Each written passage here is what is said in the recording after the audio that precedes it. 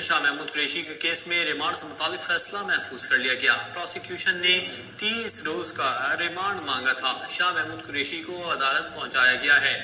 اہم خبر سے اپڈیٹ کر رہے ہیں اپنے ناظرین کو کہ تحریک انصاف کے وائس چیئرمین شاہ محمود قریشی کے کیس میں ریمانڈ سے متعلق فیصلہ محفوظ کر لیا گیا۔ پروسیکیوشن نے 30 روز کا ریمانڈ مانگا تھا۔ شاہ محمود قریشی کو عدالت پہنچایا گیا ہے۔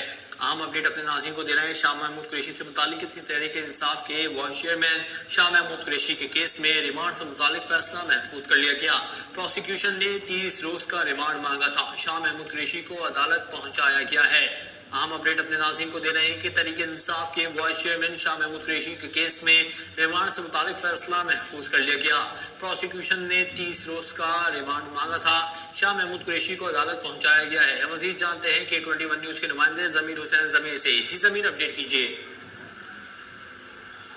جی بالکل، آج جو شاہ محمود قریشی ہیں وائس چیئرمین پاکستان تحریک انصاف، ان کو آج جو ہے خصوصی طور پر جو ہے مانی ریمانڈ کے حوالے سے عدالت پیش کیا گیا ہے اور باقاعدہ طور پر ڈپٹی وزیر سید جہانگیر علی کی عدالت میں ان کو پیش کیا گیا ہے اور وزیر خارجہ شاہ محمود قریشی کا خلاف GHQ حملہ کیس کی سماعت کی گئی ہے۔ پروسیکیوشن نے شاہ محمود قریشی کا 30 روز کا جو ہے وہ ریمانڈ مانگ لیا ہے اور سماعت کے دوران جو ہے اگر بات کر دی جائے تو سماعت کے آغاز میں شاہ محمود قریشی نے ہتھکڑیوں میں جکڑے ہاتھ بلند کر کے جج کو دکھائے اور شاہ محمود قریشی نے عدالت کو بتایا کہ پیپر کے ریکارڈ منگوا لیں، میں کراچی میں موجود تھا، میری بیوی آغا خان ہسپتال میں تھی جن کے پاس میں موجود تھا، مجھے سپریم کورٹ کے 3 ججز نے رہا کرنے کا حکم دیا، سپریم کورٹ کے حکم کے باوجود مجھے 3 MPO کے تحت گرفتار کیا گیا ہے۔ انہوں نے مزید عدالت میں بتایا کہ رات مجھے گرفتار کیا جاتا ہے اور صبح آ کر کہا جاتا ہے کہ آپ کو رہا کر رہے ہیں۔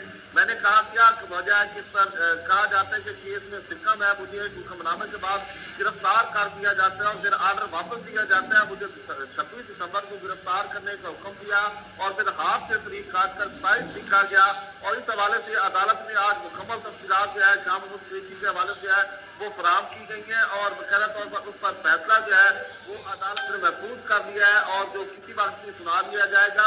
اگر مزید بات کی جائے تو آج راولپنڈی جوڈیشل کمپلیکس میں ڈپٹی جج کے سامنے جو ہے ان کو پیش کیا گیا اور اس کے دلائل بھی جو ہے ان کے وکیل کی طرف سے مکمل ہو چکے ہیں اور انہوں نے باقاعدہ طور پر درج ذیل ان کے جو وکیل ہیں ان کا کہنا ہے کہ ہم نے درج ذیل بنیادوں پر شاہ محمود قریشی کو کیس سے بری کرنے کا مطالبہ کیا ہے اور اس مطالبے میں انہوں نے بتایا ہے کہ شاہ محمود قریشی جو ہے وہ راولپنڈی میں جو نہیں تھے اور دار حقیقت کراچی کے ہسپتال میں تھے اور دوسرا اس میں انہوں نے بتایا کہ ان کا نام FIR میں شامل نہیں ہے، حتمی رپورٹ پولیس میں ان سے کوئی کردار منسوخ نہیں کیا، اس کی کردار کا ذکر کرنے والی کوئی ضمنی رپورٹ نہیں ہے جس تقریب پر استغاثہ کا بھروسہ ہے۔